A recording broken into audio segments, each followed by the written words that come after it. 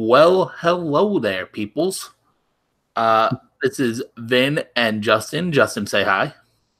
Hey guys, how's it going? We killed off John for this episode because he didn't want to be in the state of Pennsylvania to accept this news.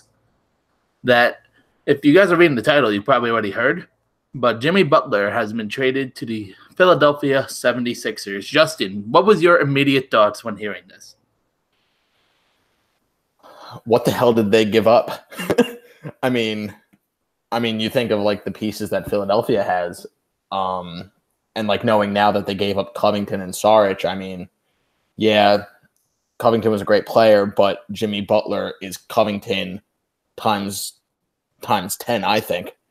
And yeah, Saric is a fan favorite, but I mean, to get an all-star like Jimmy Butler, who's gonna hopefully re-sign with you and form like a big three with Simmons, Embiid, and Butler. And I mean, you still don't know who Fultz is yet.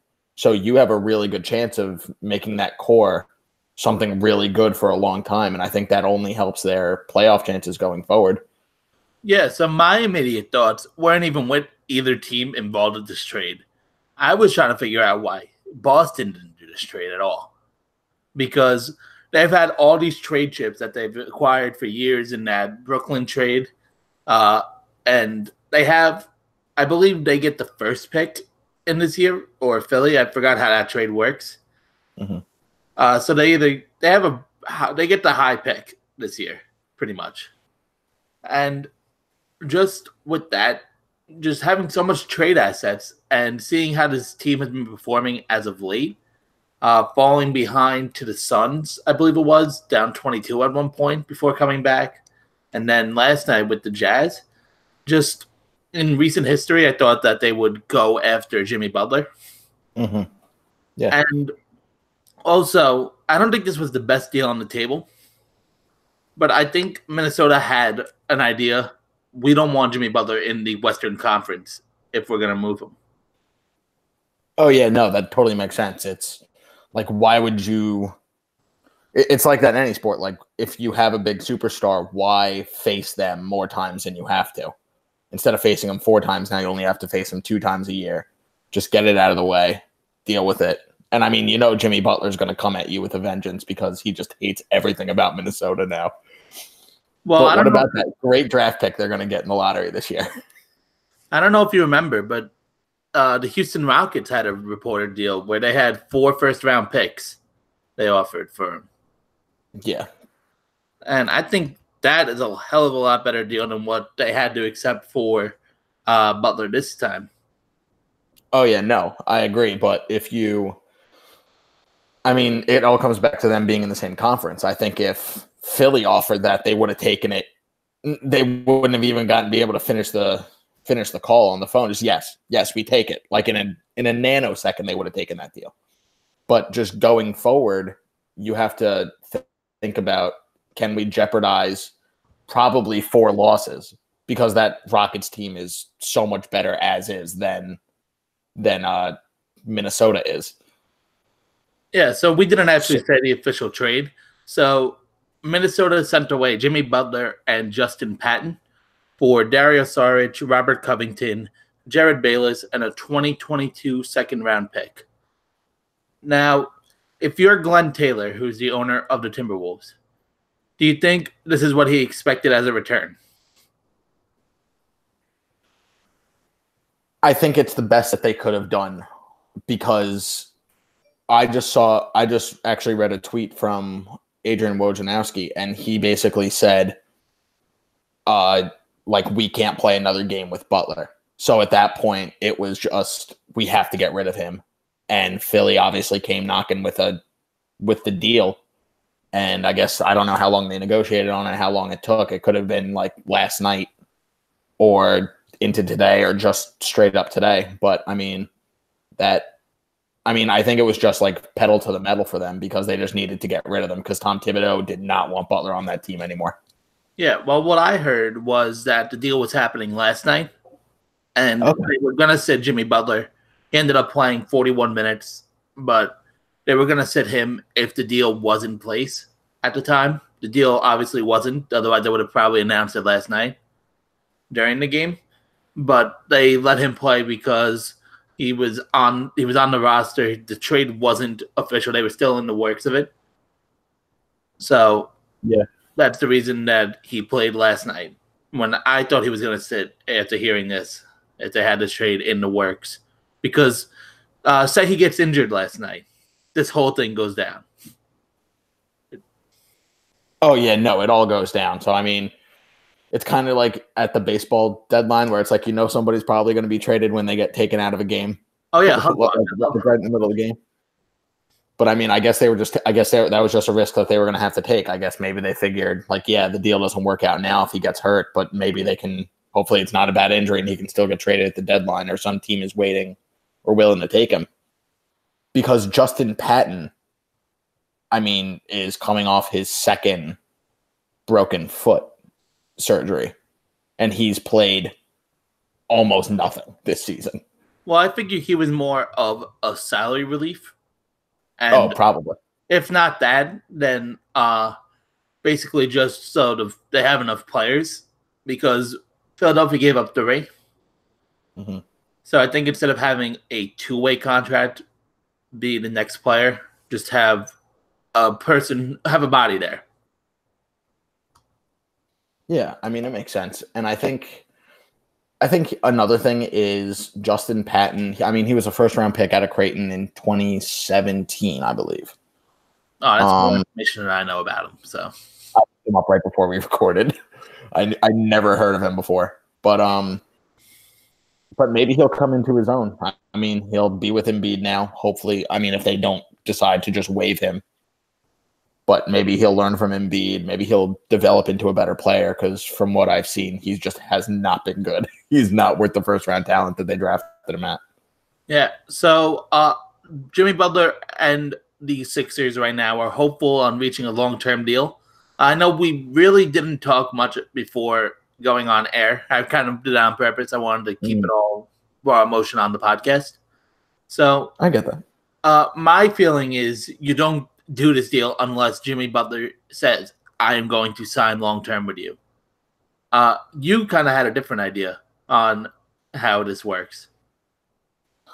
I mean, it's tough for anybody to just say oh yeah, we'll pay you this amount of money now, regardless of how the rest of the season goes. And it's hard for a player to take that deal also, because he could have a career year. He could average a quadruple double going forward the rest of the year, and then want to get paid like it. But he's only going to take the deal that was previously offered to him, which is probably less money.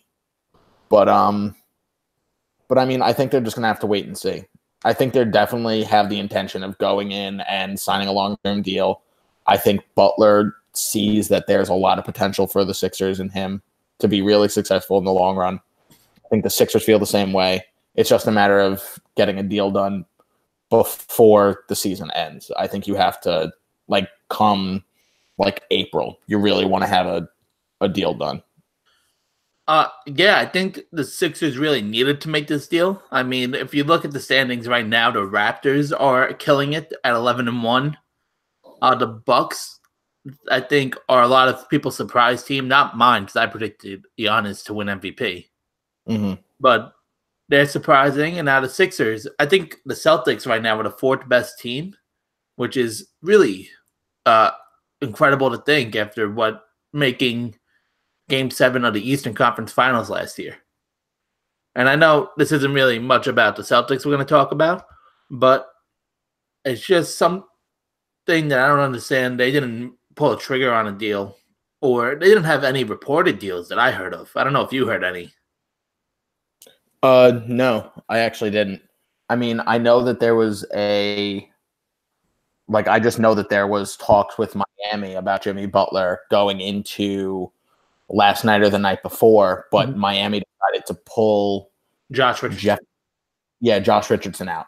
And then once they did that, the talks just crumbled from there. And then I guess that opened up the door for Philly to just come in and just swoop in and give them Covington and Saric and a 2022 second-round pick. That makes 0 sense to me. And Jared Bayless. Yeah, you can't forget about Bayless. Yeah. But I know when Butler first requested his trade, he wanted LA, he wanted the Clippers, or he wanted the Nets or the Knicks. Do you think that he realized, hey, instead of going into free agency, realizing I have to be that guy on a team, because all three of those teams, he pretty much has to be that guy, because the Nets, they have a core foundation, but they don't have an alpha. The I Clippers get are the same. And then the Knicks, you don't know what you're going to get with Porzingis at this point. Yeah, you don't know when he's going to return yet. Yeah, I know they've had their yeah, because as they said, there's no protocol for a 7'3" big man coming off of a torn ACL. yeah. So you have that whole thing, and basically, do you think Jimmy Butler just realized, hey, it's a lot easier if I just go and join a team that's already established instead of trying to make my own team?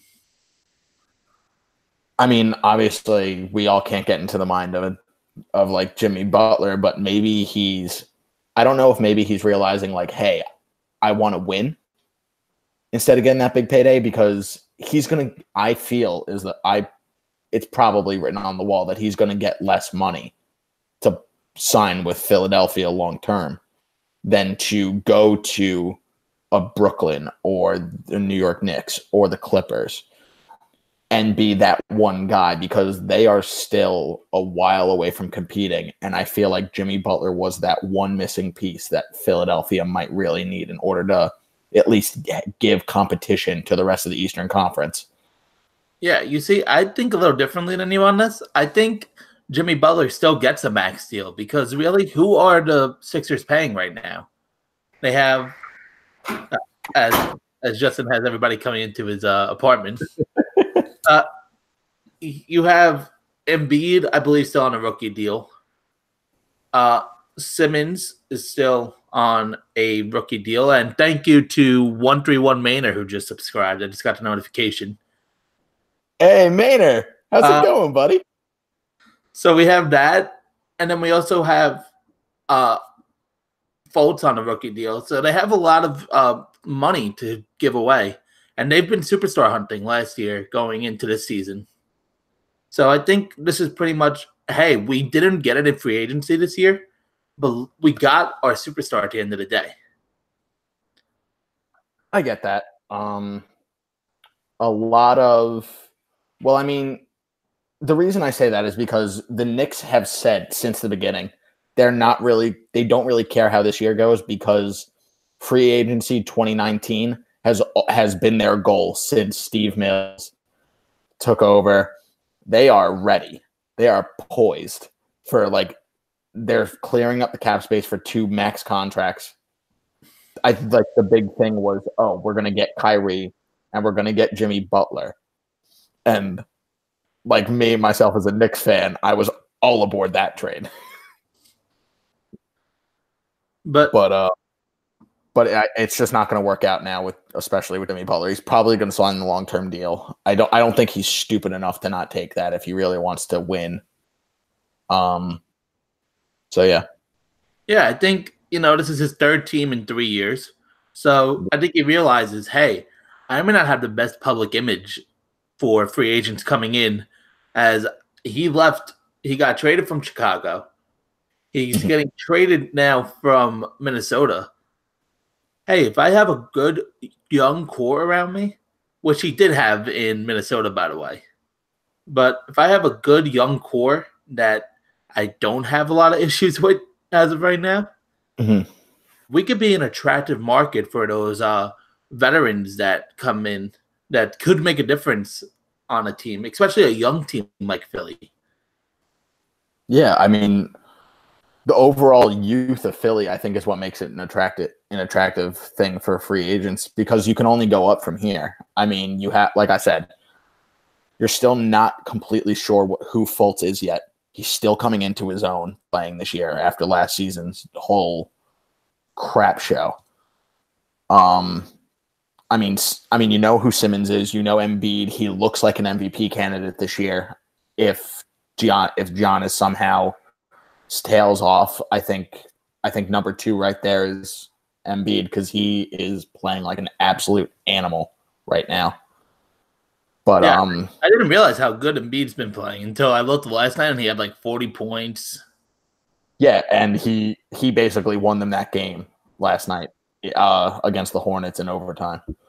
It was all him. He has been an MVP candidate right with Giannis. I mean, Giannis is ahead of him just because he's been doing it all season, but Embiid is finally like playing to like how everyone knew he was going to after he got drafted. Well, yeah, he finally got healthy, and now I mean I believe he's off of restrictions completely.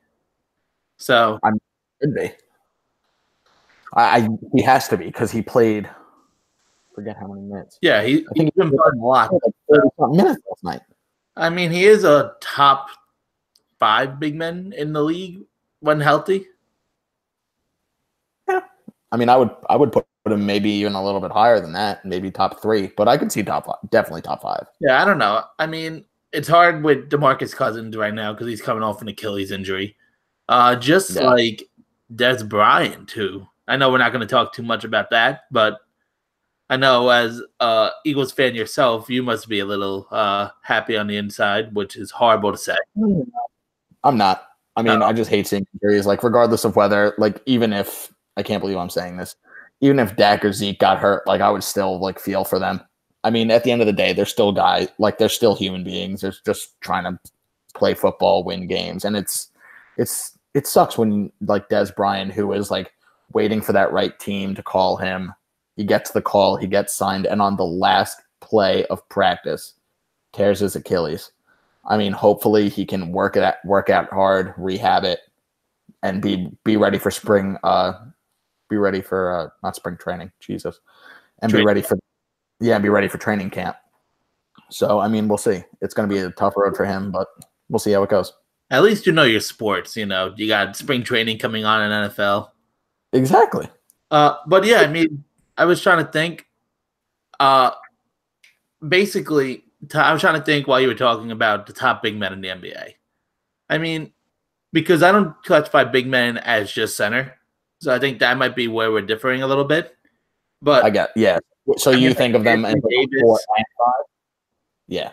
Yeah, and like players like that, I think have a little bit. But I don't remember. Did you choose the Sixers originally to win the East, or did you go Celtics? I think I went Celtics. I forget. Right, we'll go back and we'll revisit. Besides that, do you think now the Sixers have taken the advantage? Do you think there's still another team, maybe not even the Celtics or the Sixers, that could win this Eastern Conference? I don't know. I think the Raptors are a really, really good team. I think they're obviously going to do something big. The Celtics, to me, haven't been playing up to the expectations that everyone had for them going in. And like, listen, I know it's early, but I think there's still 70 games left for them to play or so. Yeah, so there's a lot of basketball left to play, and they can still come into their own and just be the big powerhouse that everyone thought that they were going to be going into this year. But I mean, it definitely shortens the gap between Philly and Boston and Toronto. It definitely makes it a lot more competitive when you have Jimmy Butler out there on the floor. I actually have a question for you. Where do you see Butler fitting into the mix in Philly? Because Covington was usually the 3 or the 4. Do you think you slide Simmons now over to the 4, kind of like a LeBron James, and let Butler take over at the 1 or take over at the 2? Well, didn't Philly run a weird thing where they have Simmons at the 1? Or am I just... Well, I mean, I believe it was Saric and Simmons, Embiid, Covington, and I couldn't tell. Well, yeah. I think they're going to just put Jimmy Butler at the 2. I don't think he's long enough to be a 3. I think he could play it if needed. But I think you got to put him mostly at a 2 guard. Keep Simmons at your point if you've been running that. I don't know the roster off the top of my head great to say who I would put where. But, you know, they still have some good players. If they want to run Fultz at a 1 and That's put that's what Fultz, you were gonna do. Butler, and then put Simmons at the 3. I mean, they could do that. They have a lot of lineup things they could do. I thought that they would probably move Fultz to point. Yeah. Like starting 1, Butler at 2. And then you have some fluctuation at 3, but then you can play Simmons at the 4. Because his whole thing, I mean, listen, we know he's not LeBron, but coming into the draft, everyone was comparing him body, length, athleticism-wise as LeBron. So if LeBron can play the 4, maybe just try it out. Just see how Simmons does at the 4. Give it a shot because you need to keep him on the floor. And you want to just maximize everyone. So let Simmons get wide open shots at the 4 and Fultz just pass it. Yeah, I compared during the offseason, I compared Simmons' play style and just in general him to a LeBron. I think he's the most like LeBron skill wise. I know you probably saw me run. I went to go grab the paper of me and John's over unders because I thought we wrote down our finals, but apparently I didn't. So just to go back on that question where you said that you think the bridge is at least really closer. Yes. I think because this East the top has been really congested with the Bucks, the Raptors, the Sixers, and the Celtics in the first 12 or so games. Mm-hmm. I mean, I really think this gives them an advantage against like a Boston because you have somebody with playoff experience in Butler to lead this team that couldn't get over the hump last year. Simmons kind of folded a little bit during the playoffs last year. Now you have someone who can take the pressure off of them a little bit. Mm-hmm. The Celtics seem like they've regressed a little bit the past week or so. I mean, that could just be ups and downs of the season. This Raptors team, though, I really like. So I don't know if I could say the Sixers are now making the finals. I think, though, if I were to bet, the Sixers will make it. But I don't know if I could say 100% I think they're going to make it. I think they're at least an Eastern Conference Finals team if they're the 2 seed. I could see that. I mean, well, then if not, if they make it to the Eastern Conference Finals, at least if you think that that's where they can make it, then you have to think that maybe next season or the season after, they're poised to go all the way to the actual finals. Yeah, I mean, really, I think they're just going to struggle against a Raptors team. So if they don't face the Raptors, if they're on opposite sides of the bracket, mm-hmm. I think they make the Eastern Conference Finals. I think the Raptors team is really the only team that can really give them a struggle because now they have a depleted bench. And the Raptors bench, even last year, was just on another level compared to most teams. Mm-hmm. So I actually was doing some research, and we forgot about JJ Redick being on the Sixers now. Yeah, it's funny because before me and you were talking, I was talking to Romano, and he mentioned JJ Redick. So I don't know why I forgot him. Yeah, but I think so. I think JJ Redick gives you a lot more options because you could even play. Going back to what you said, I think you could have JJ Redick at the 2 and slide Butler to the 3. I mean, Butler's 6'8". I think he has enough size to be able to play the 3. And at that position, there's a very good chance he's guarding some other team's best players, which is what you want besides Embiid. Or Simmons. I mean, Simmons is in the defense. But if Simmons can play the 4 and you stop their 4 and their 3, I mean, you have to imagine that that's probably that's the best scenario for the Sixers going forward right now. I mean, unless something changes and the chemistry is just way off. Yeah, I mean, this is something I probably should have asked at the beginning for you, but you live in Philly right now. So I do. I know you probably don't go outside because looking at how pale you are, that might just be because I'm in Florida. But do you have is there like a different reaction to like sports fans right now? Have you felt it, or have you not even like moved outside of your bedroom? I haven't been outside yet today, but I do follow a lot of like Philadelphia sport Twitter accounts. And the overall general consensus that I'm seeing is everyone is saying, listen, we like Covington isn't as good as Butler, so that's fine. Sarge was a fan favorite, but like I said earlier, if you can get rid of him and replace him with Jimmy Butler, you do it every time, regardless of how well liked he was. Yeah, I mean, I don't know if you talked to John, because I know John is a 76ers fan. Mm-hmm. So I just texted him in the group chat to see if he had any reaction, because I felt that should have been a little thing. You had a 76ers fan reaction, because me and you are both New Yorkers at heart. Yeah. At least, because I know you still live there. I'm relocated down here right now. But just seeing how it feels in 76er land right now, I think that's a little bit of something me and you don't get to really experience. Because I can't remember the last big trade Brooklyn had going in. It had the, I mean, I guess the Paul Pierce, Kevin Garnett stuff. That's the biggest trade that's ever happened. Debatable, but and then with the Knicks, I guess Carmelo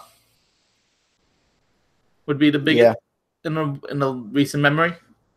Yeah, and I just remember how New York was like New York almost burned to the ground for about 20 minutes after that news broke that he was like coming to New York, and then he came to New York, and yeah, he played well for the beginning, and then we hated him. So that's usually how it happens in New York. But I do remember John saying when there were a lot of rumors about Butler going to Philly, like earlier on in the season and even before the season, he said something like, "I don't want Butler." And I forget what he said, but he said something. He was like, "I don't want Butler." I forget. I mean, maybe I'm remembering everything completely wrong, and he's going to call me out next podcast. I'll take it. But as far as I remember, he said, "I don't want Butler on the Sixers." Well, this is all John's fault anyway, because we gave him a good 3 minutes to answer a text, and he didn't answer it. So that's about New York. an hour and a half in like 2018 world. So he should have been right on that. Nah, you know what? It's okay. All right. So do you have any closing thoughts on this trade before we wrap it up here? I think it definitely means that there's going to be a semi-significant rebuild happening in Minnesota. I mean, you now have Cat locked down for a while. I'm not sure how long you have Wiggins. But I think if you keep those two guys and you build around them, I think Minnesota has a chance in a couple of years to at least be pretty competitive. I think now they have to tank and just get a really, really good draft pick, especially with how deep the draft is this year, is probably going to be, even with just Duke players alone. Yeah. So, Wiggins just signed a deal. He's under contract until the 2023 offseason. Okay, yeah. So you need to tank. Don't win enough. I think they realize they're not a top dog in the West right now. Wow, no voice. They're not the top dog in the West, even with Butler.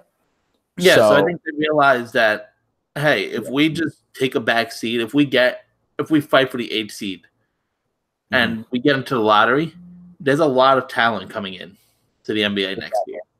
So that's what I think that played into it. I think they looked at the draft class. They were like, okay, this is gonna be good for us if we get the lottery.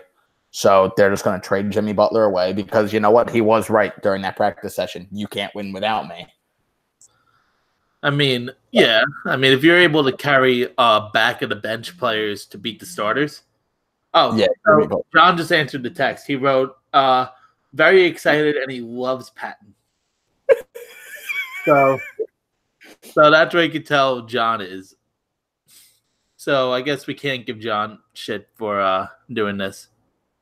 And sorry, Mr. and Mrs. Potts, if you heard that, because I know we try to keep it there. But, yeah, basically I think, obviously, the person or the team who gets the bigger star usually wins the trade. I think that's the thing we're going to get here, especially if Butler's signing a longer-term deal after it, which I think is already accepted. They just can't announce it. Most likely, yes. But yeah, do you have anything else you want to say before we end this?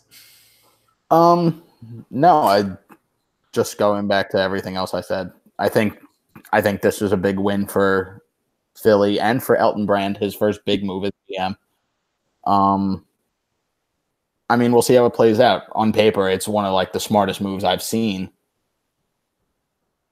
John just said, well, obviously I love him when I asked him about Butler. So now I look like an ass. Yeah. So hopefully he sees this and gets to like ridicule you. Yeah, we'll see it.